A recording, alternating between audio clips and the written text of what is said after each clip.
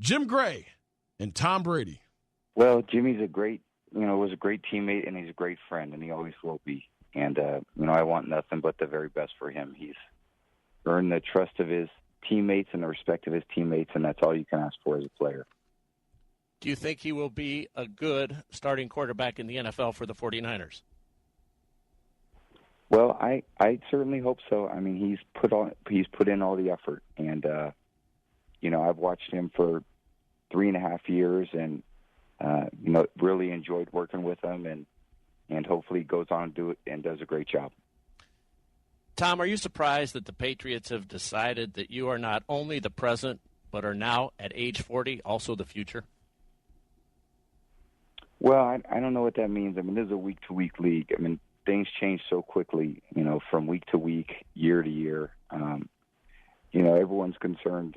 In my mind, this is all about, this season and us trying to win, and I'm trying to, do the best I can do for our team like I always do. And, I'm going to bring it every single day like I've tried to do for the last 18 years. So, I'm focused on this season, and, I'm sure that's where, everyone else in our organization is focused. And, we got to go out and we got a bye week this week, and we're going to go out and try to win next week. Tom, it's going to be a lonely quarterback room. You're going to meet with yourself on Wednesday. Jacoby Brissett has been traded to the Colts. Now Garoppolo. Who's your backup? I'm not sure, but I'm sure the coaches will have that figured out here by the time we practice. Do you think that Brian Hoyer, who now has been cut by the 49ers, started their first 6 games, 4 touchdowns, 4 interceptions, 58%. He was with the Patriots as a backup to you in 2009, 10, and 11. Do you think he might be back? I'm not sure. I really don't know. I mean, I've been at home all day, and learned the news, at home. So that's up for everyone else to decide. My job is quarterback, and that's what I'm focused on. Have you spoken to Jimmy? No, I haven't. Tom, sounds like you're surprised like everybody else. You often say on this program you're not the GM or the doctor. Are you surprised? Well, this is the time of year where, we've been a part of a lot of, trades our team has over the years. And, again, as players, we try to show up to work every day doing the best we can do. And, a lot of other things take care of themselves. And, when other teams want, good players, whether it's coming to our team or leaving our team, I mean, those are the types of opportunities that present themselves. They come up. So, like I said, Jimmy's been a great teammate and a great friend, and he always will be. And I want nothing but the very best for him. What? Ladies and gentlemen, that's what happens when you get 2 weirdos on the same phone line. First of all, it sounded to me like Tom Brady was like, hey, I've been around him for 3 years. Don't know if he could play or not. Not going to say he can. Haven't talked to him, don't care, don't know. And Jim Gray apparently wanted something more out of Tom Brady than he got, and Tom was giving him nothing. Like, that's one of those ones where you just pull the ripcord and say, to hell with this. I've seen you do it. Yes. Oh, yeah. Shout out to Chuck Wasserstrom. No, dude, I sat there in the car. I'm like, what the hell is going on here? Like, did Tom Brady not know he was going to talk about this? Jim Gray's Tom. Who benefits from that? Tom, it sounds like are you sad, Tom? Dude, what do you know and what do you not know about anything? Like, I'm sitting there like, what is happening right? Like, what is happening right now? Why is Tom Brady being weird? Why is Jim Gray going about this like someone died? I think they're 2 fundamentally weird people to begin with. Yeah. And then when I only interviewed Jim Gray at a Final Four once, and that was my only interaction with him. Yeah. And ever since the LeBron thing, he's and the Pete Rose thing, remember? Years ago, there was the awkward Pete Rose interview. And the Reds were going to boycott him or something like that? Yeah, there have been some strange boxing interviews, too. And his essays are bizarre.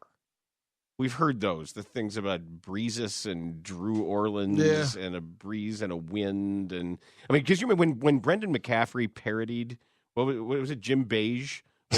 When Brendan wrote those tone perfect parodies of Jim Gray essays. Dude, I just want to know. That nailed it. I just want to know, because I've heard now the last 2 weeks, those guys talk to each other at halftime. And I want to know what's going on in that relationship where, is it Tom his obligation is one that he doesn't want to have anymore, or does he not want to talk about his former teammate? Like the first question about Jimmy Garoppolo and do you think he's going to be a good quarterback, he pretty much said, I don't know what's going to happen with him. He's been around here for 3 years and he was a good friend, and that's about it. Wish him the best. Yeah, and then Jim Gray asked him about the future. Like, you're the present and the future here, and like, what are you talking about, dude? Like that? What are you? You are the alpha and the omega, the beginning and the end of all things. What are we like? I'm sitting there in the car, like, why is this happening? Like, why are they being so weird? Yeah, there's a with way each to say, other? hey, you must be feeling pretty good if they're going to make this investment for you, and Right. you're ready to play into your 40s, et cetera. And you have to. I mean, he talks about his golfing trips with Tom Brady. Like, these dudes. Do they talk to each other like that on the course? Well, they knew someone. Are you pleased with your previous shot, and do you think that you are able to make this putt? They knew someone at Pebble Beach who is now fallen ill, and they talked about it last week. So there's more than a professional relationship here. They've golfed with each other. They got on the phone with each other yesterday, and it was like two strangers, and one of them not wanting to be a part of it. I'm like, dude, what the hell are we doing here? Do you remember the Jim Beige stuff? Kinda. Okay, I think we have a couple of them here. Titletown tingles tonight as a trophy traverses the tundra back to Green Bay and its rightful owners, the Packers.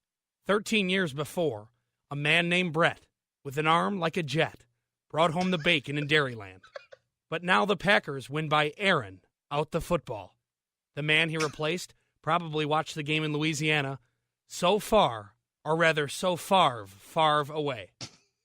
I could see Joe Montana, John Elway, or Tom Brady asking Mr. Rogers, "Won't you be my neighbor?" with a championship and Super Bowl MVP. Rodgers' passes burst out of his hand in Dallas with the precision of an assassin. They tore through the Steelers' secondary like a bullet through a president's cranial cavity. Only we didn't need the Zapruder film to realize that this was no conspiracy. Rodgers took inspiration this week from a former Packers quarterback, but it's probably not the one you're all thinking about. No, Rodgers went back a few decades to a star, a Bart that didn't have a cow in Super Bowl I. 45 years of Super Bowl history wrapped up in two quarterbacks. The story comes full circle. Aaron Rodgers, the new leader of the pack. I mean, good job, Brendan. I do remember it takes satire to explain something. Like words don't do it weird, justice. Man. Something just has to be done. It was so weird. I know. He's so weird. I know. Like that entire interview, I could have sat there and said to myself, "This is how you ask this question. This is the voice inflection that you want at the end of this question to kind of give your interviewee." Or it's like space aliens sent a guy like, "Hey, we've been watching a lot of these. We think we have an algorithm. So we're going to upload the sports interview algorithm and just roll with it." Tom was having none of it. He didn't want to be on the phone. He didn't give his guy who just got himself a starting job in the NFL. He's like, I don't know. If the guy can play or not doesn't matter to me. He's no longer a Patriot. You can kiss my ass, Jim Gray. Like you had two zombies speaking two different languages for a halftime entertainment as a segment. It was tough. Yeah, an email from Rudy. He says, "It's a guilty pleasure for me that Jim Gray Tom Brady interviews. Nothing in radio produces a mix of cheesy, cliched awkwardness and fake mundane vapidness like those hits. It's almost performance art. The only comp I have is if anyone watched the first Hunger Games movie, when the host does interviews with people who know they will be dead soon and no one wants to be there." Dude. Do we have another Jim Beige, or is that the only one?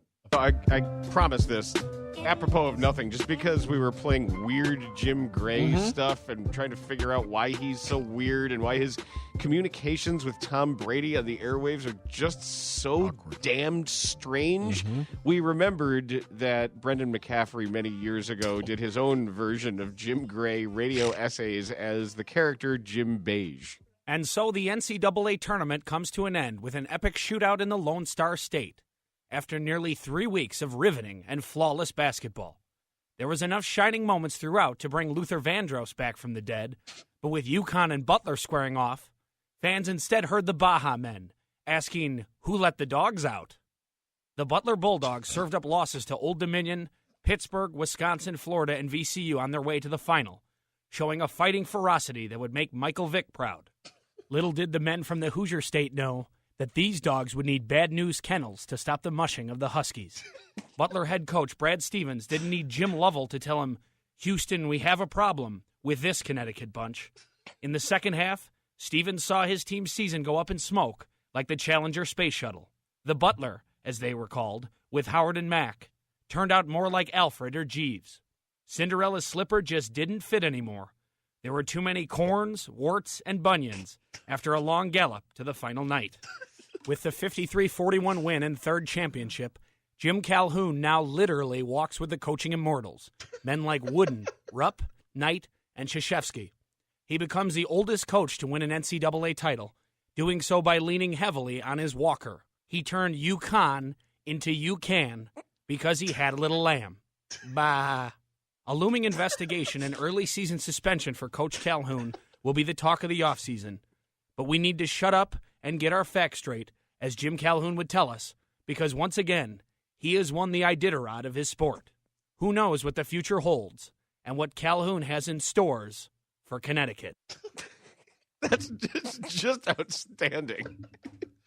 Brendan I forgot how just great that was.